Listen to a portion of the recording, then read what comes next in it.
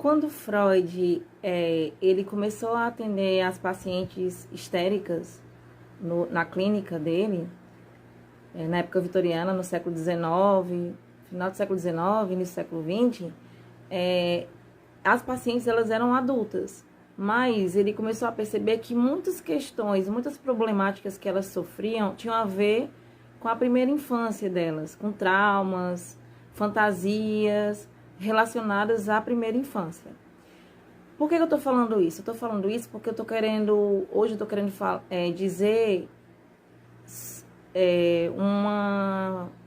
um aspecto muito importante na clínica infantil, né, com crianças. A gente acha muitas vezes que a criança não tem nenhuma preocupação, que a criança é feliz, que ela não tem nenhum problema, não tem nenhum sofrimento psíquico, mas a gente se engana muito com relação a isso. Cada ser humano, cada sujeito enfrenta dificuldades, medos, e se a gente parar para pensar, a criança ela está em situação de total desamparo.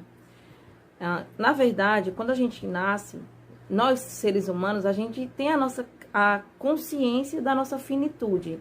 Nós somos seres para a morte, nós somos seres desamparados. E em momentos de crise, colocam à tona, fazem emergir esse desamparo. Quando a gente está envolvido nos acontecimentos, no dia a dia, no corre-corre da vida cotidiana, a gente está meio que entorpecido, digamos assim. A gente não consegue perceber esse desamparo.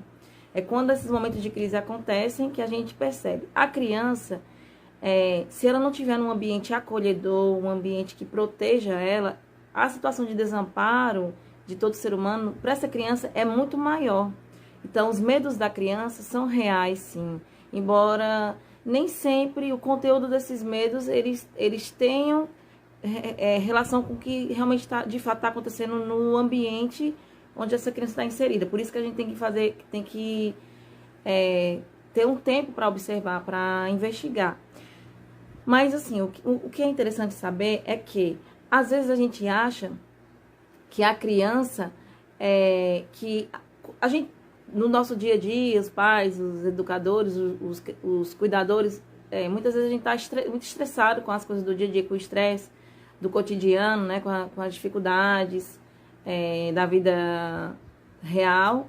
E quando a gente vai lidar com as crianças, a gente não tem tanta paciência assim. A gente acha que punir é mais rápido, dar uma palmadinha. É muito comum a gente ouvir na clínica que os pais eles acreditam que a palmadinha educa.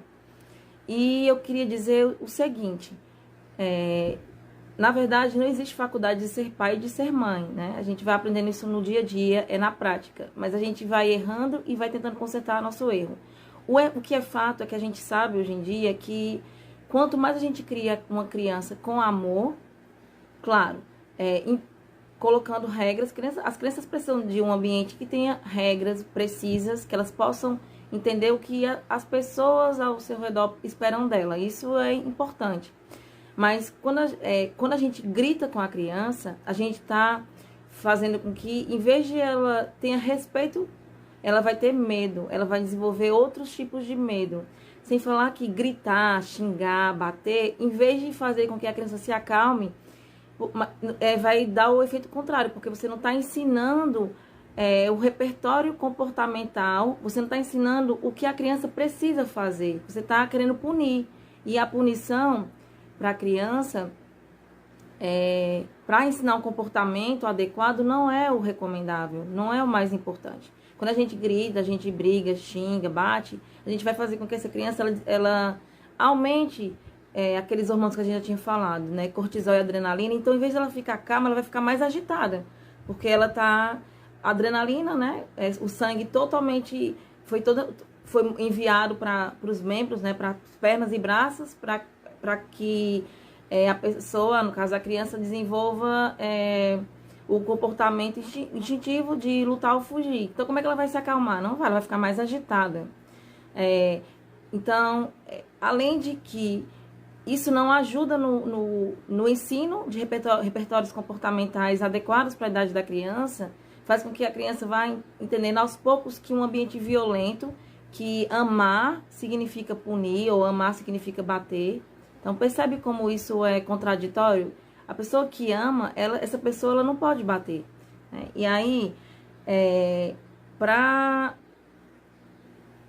fortalecer isso que eu estou dizendo, já existem as leis que garantem para crianças e adolescentes, além do Estatuto da Criança e do Adolescente, né? Que, se eu não me engano, fez 30 anos agora, existe a lei número 13.010, de 26 de junho de 2014. E essa lei assegura a criança e adolescente, elas têm o direito de serem educadas e cuidadas sem uso de castigo físico ou de tratamento cruel ou degradante.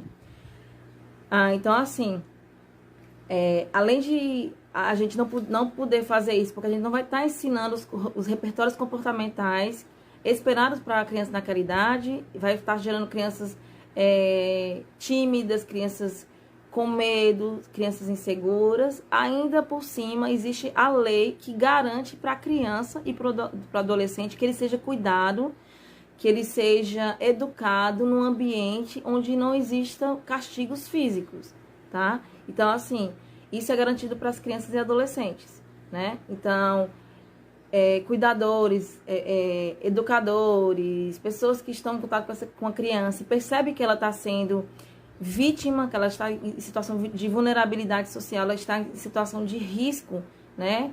Com pais, com pessoas que cuidam dela de uma maneira que vai criar maior problema. Em vez de cuidar, tá criando um problema. Em vez de proteger, tá punindo a criança, tá castigando a criança e gerando uma criança, se não uma criança neurótica, pode criar problemas muito mais graves, né? Desde a simples, que não é nada simples, a negligência não é nada simples, até colocar essa criança em risco de vida, de abuso sexual e tantas outras questões que a gente sabe que acontecem em muitos lares no Brasil. Então, a gente não pode ser conivente com esse tipo de comportamento.